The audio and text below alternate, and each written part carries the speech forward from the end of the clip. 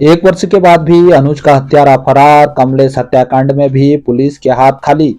14 जून 2024 शुक्रवार के दिन धारचूला नगर के आबादी वाले गरब्याल खेड़े में 17 वर्षीय अनुज सिस्ताल पुत्र कुंदन सिस्ताल छलमा चिलासो निवासी की उसकी बुआ ममता देवी के हाल निवास में गरब्याल खेड़ा निवासी सुरेंद्र राम उर्फ सुबू ने गले में चाकू गोदकर हत्या कर दी थी। कोतवाली धारचूला में बुआ ममता देवी की तहरीर पर आईपीसी की धारा 302 के तहत हत्या का मुकदमा दर्ज किया गया था। शुक्रवार को मृतक अनुज के माता पिता और बुआ ने उप जिला अधिकारी मंजीत सिंह के माध्यम से जिला अधिकारी और पुलिस अधीक्षक को ज्ञापन भेजकर पुलिस पर लापरवाही का आरोप लगाया। परिजनों ने कहा कि पुलिस के द्वारा संतुष्ट करने वाला जवाब कभी नहीं दिया गया है, जबकि अपराधी नेपाल में बेखौफ हत्या जैसा संगीन अपराध करने के बाद घूम रहा है। मृतक अनुज के पिता कुंदन सिंह ने कहा कि न्याय अमीरी और गरीबी देखकर तय हो रहा है, गरीबों की सुनने वाला कोई नहीं है। उन्होंने कहा कि एक वर्ष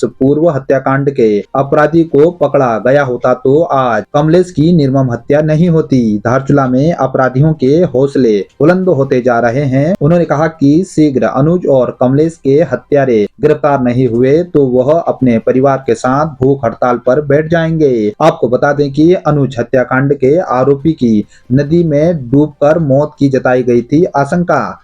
अनुज को चाकू से गोदकर आरोपी सुरेंद्र राम उर्फ सुबू काली नदी में कूद गया था। पुलिस ने भी उसके नदी में डूब जाने की बात कही थी, किंतु उसका कहीं शव अभी तक बरामद नहीं हुआ, जबकि परिजनों के द्वारा अपराधी के नेपाल में खुला घूमने की बात लगातार पुलिस को कही जाती रही, लेकिन पुलिस के द्वारा अभी तक कोई कार्रवाई नहीं की गई है। मृतक अनुज के परिजनों ने एसडीएम से मुलाकात की। इस दौरान परिजनों के साथ जितेंद्र वर्मा, सौरभ मर्तोलिया आदि मौजूद रहे। ये मेरे लड़के का हत्या 1 साल पहले पूर्व हुआ था, अभी तक कोई सुनवाई नहीं हुई है और मुझे जल्दी से जल्दी इसका जांच पड़ताल और न्याय चाहिए। और अगर क्या कहते हैं ये नहीं हुआ तो हम धरना प्रदर्शन करेंगे। और 1 साल पहले अगर ये हमको न्याय मिल गया होता तो अभी ये कमलेश दानू वाला हत्या नहीं होता। मेरे बच्चे को मतलब न्याय मिलना चाहिए। हम गरीब है तो गरीब भी रहेंगे क्या, जो हमें न्याय नहीं मिलेगी। हमारे बच्चे के अंदर भी तो जान थी। आज ऐसा मेरे बच्चे को न्याय मिला होता तो आज ऐसा दूसरा हत्या होता ही नहीं। इस धारचूला में न्याय मिलने का तो कोई संभावना दिख ही नहीं रही है। मैं अनुज की बुआ बोल रही हूँ। मैं 1 साल से थाने में जा के परेशान हो गई। मैं कितने बार बोल चुकी हूँ कि उसका हत्यारा काठमांडू में घूम रहे, पर प्रशासन यही बोल रहे हैं कि ढूंढा जा रहा है, खोजबीन करा जा रहा है। अगर ऐसा ही खोजबीन 1 साल तक जब हत्यारा हाथ में नहीं आया तो क्या कमलेश दानू के हत्यारे को भी ऐसे खोजबीन करते रहेंगे? क्या वो भी हाथ नहीं आएंगे?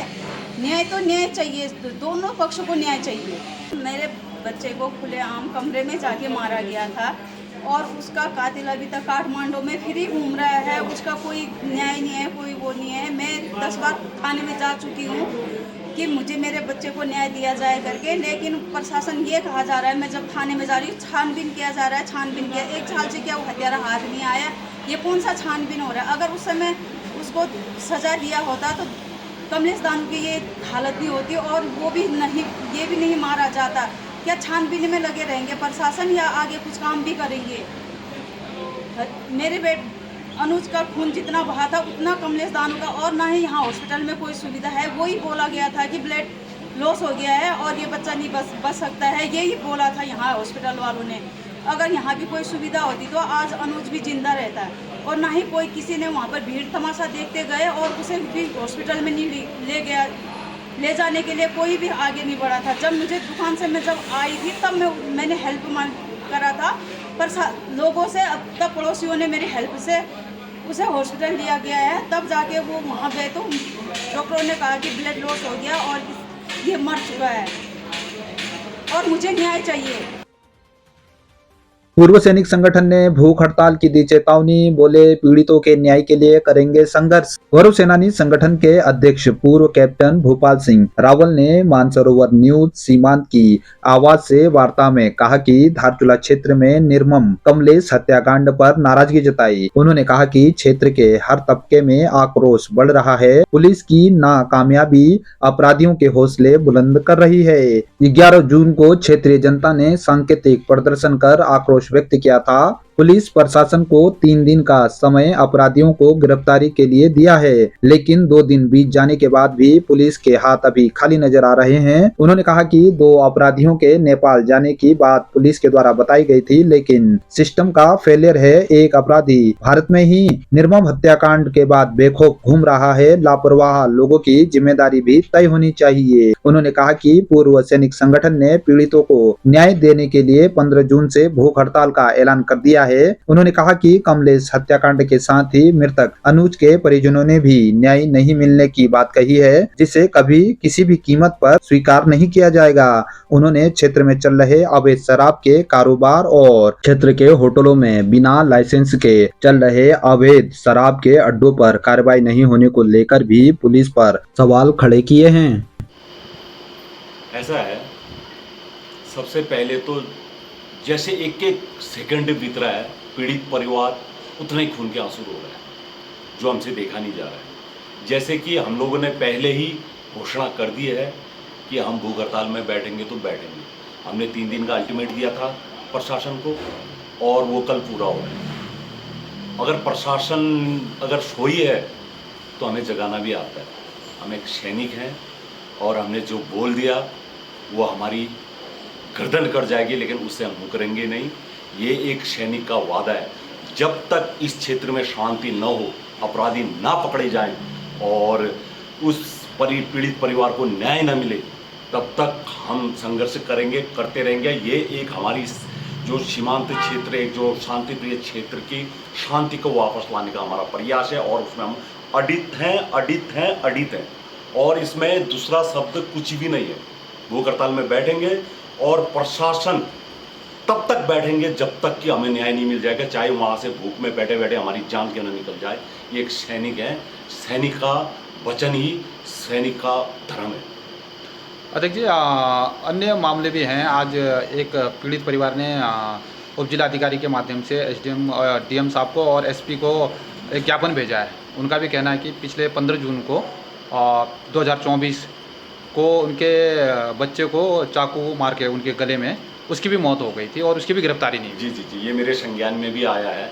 मेरे संज्ञान में ये आया है कि जो पुलिस ने नदी में जिस कातिल को डूब के मर गया करके केस को बंद कर दिया गया था, वो जो है काठमांडू में दिखाया गया। अगर ऐसा है, हम इस केस को भी रीओपन करेंगे और अगर ऐसा है तो उनके ऊपर भी सख्त कार्रवाई करने की मांग रखेंगे, जिन्होंने इस केस को कातिल नदी में डूब के मर गया कह के उस केस को दबा गया, उसके ऊपर भी हम जो है सख्ताई से कार्रवाई करेंगे। उन्हीं लोगों के श्रेय में आज हमारा क्षेत्र दिन प्रतिदिन दहशत में जाता नजर आ रहा है। और घटना को अभी आज 7वां दिन है और जो स्थानीय लोगों की मांग थी, पुलिस प्रशासन के खिलाफ नाराज़गी थी और धारचूला में जो अवैध शराब के अड्डे चल रहे हैं उसको लेके भी नाराज़गी थी। इसको आप कैसे देख रहे हैं कि उसमें कोई बदलाव लग रहा है या क्या लग रहा है? ऐसा है, अभी तक कोई बदलाव नहीं है मेरी नज़र में तो, क्योंकि यही मुद्दा मैंने उस दिन एसएसओ साहब के उसमें भी उठाया था कि जो ये गली नुक्कड़ हर दुकानों में जो शराब परोसी जा रही है, अगर वो शराब में रोक लग जाए तो हमारा आधा जो अपराध हो रहा है इस क्षेत्र में वो अपराध बंद हो जाए। तो अब यहाँ से आप आगे की क्या आप लोगों की रणनीति है और क्या हमारी रणनीति छोटी और साफ है। हमको न्याय चाहिए, बस न्याय चाहिए, और उसके लिए चाहे हमें अपनी जान की कुर्बानी लगानी पड़े, हम जान की कुर्बानी लगा दें। हमारे क्षेत्र में शांति चाहिए, बेस शांति चाहिए।